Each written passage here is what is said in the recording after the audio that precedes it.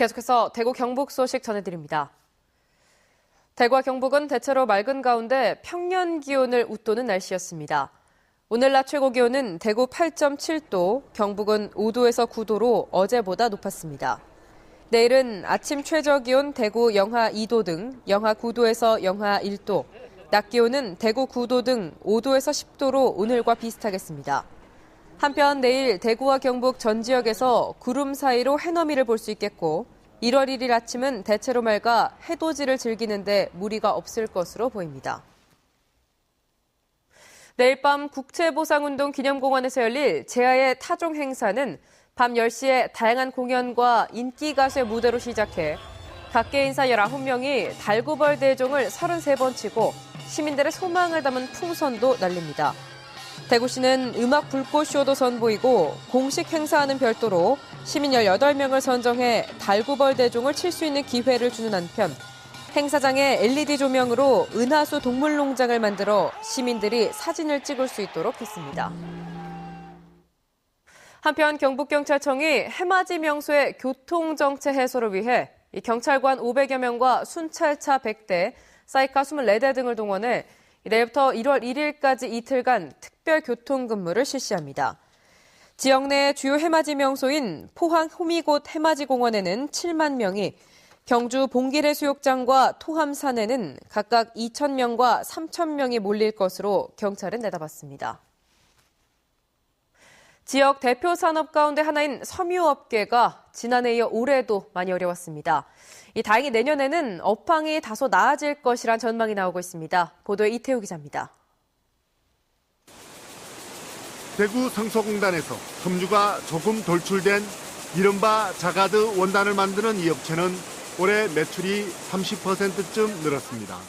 개발이 아마 최우선이 아니겠느냐. 그 때문에 아마 조금 다 업체보다는 좀 낫다고 생각합니다. 하지만 대구 경북의 섬유업계 전체로 보면 지난해에 이어 올해는 무척 어려웠습니다. 이는 수출 실적으로 쉽게 확인되는데 지난해 지역 섬유 수출은 2.1% 줄었고 올해는 지난해보다 더 못한 31억 3천만 달러 수출에 그칠 것으로 보여 2년 연속 뒷걸음질입니다. 세계 섬유 경기가 좋지 못했고 원달러 환율 하락과 엔저 등의 대외 여건이 발목을 잡았습니다. 2014년 내년에는 선진국 섬유 경기가 살아나고 지역 업계의 경쟁력도 강화돼 수출이 2.2% 늘어날 것으로 섬유 전문 기관들은 기대하고 있습니다.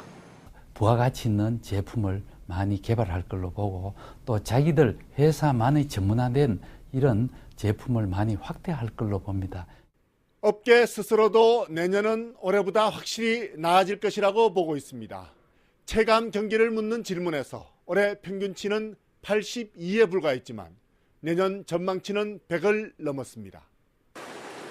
품목별로는 화섬직물과 니트직물, 그리고 산업용 섬유 등을 중심으로 성장세가 예상됩니다.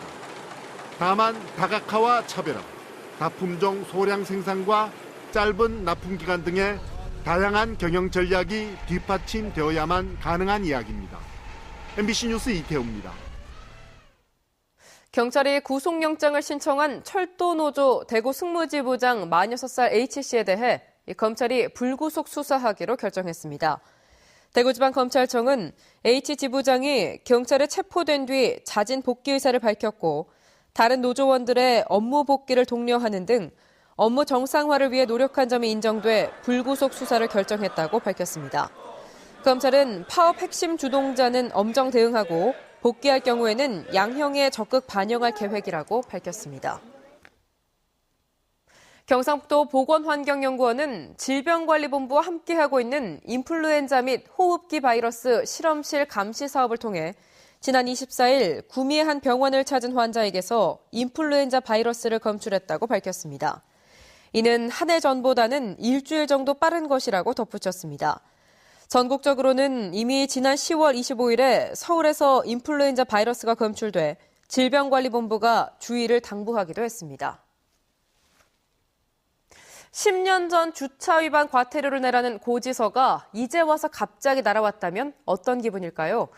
요즘 포항시가 과태료 독촉장을 보내고 있는데 10년 만에 고지서를 받은 사람이 한두 명이 아닙니다. 장미쁨 기자가 보도합니다.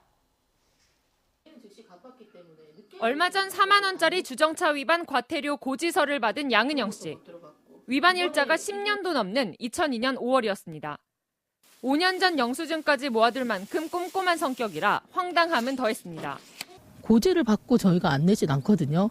저희가 연차해가지고 조금 늦게 낼 수도 있어도 미납이 없는 집이거든요.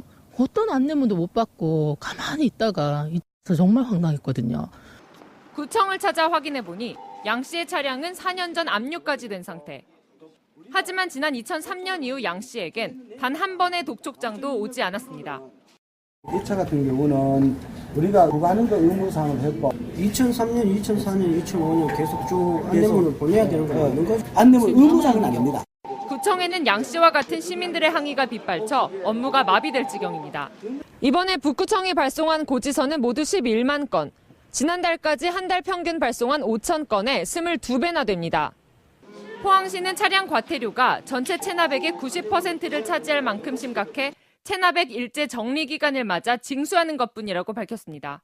평소에는 세입이 워낙 잘 안 건치고 또한 세입이 부족하기 때문에 10년 넘게 말 한마디 없다가 이제 와서 멀쩡한 사람을 체납자로 만드는 포항시의 서리근 행정에 시민들의 불만이 높아지고 있습니다. MBC 뉴스 장미쁨입니다. 전교조 경북지부는 오늘 성명을 내고 최근 사회 현안을 언급한 학생들의 대자보를 철거하도록 한 경북교육청의 지침이 청소년들의 표현의 자유를 억압하고 있다고 비판했습니다. 경북교육청은 지난주 일부 대자보가 학생들의 면학 분위기에 부정적인 영향을 줄 수 있다며 학교 측에 생활지도 강화를 주문하는 공문을 각급 학교에 내려보냈습니다. K2 소음 피해 손해배상 청구 소송과 관련해 최근 대구지방법원은 최 변호사가 소송 장기화를 예상할 수 있었고 지연이자 정보를 자세히 알리지 않은 것은 신의 성실과 형평의 원칙에 반한다며 지연이자 288억 원의 80%를 주민들에게 반환하라고 판결했습니다. 대구 경북 소식이었습니다.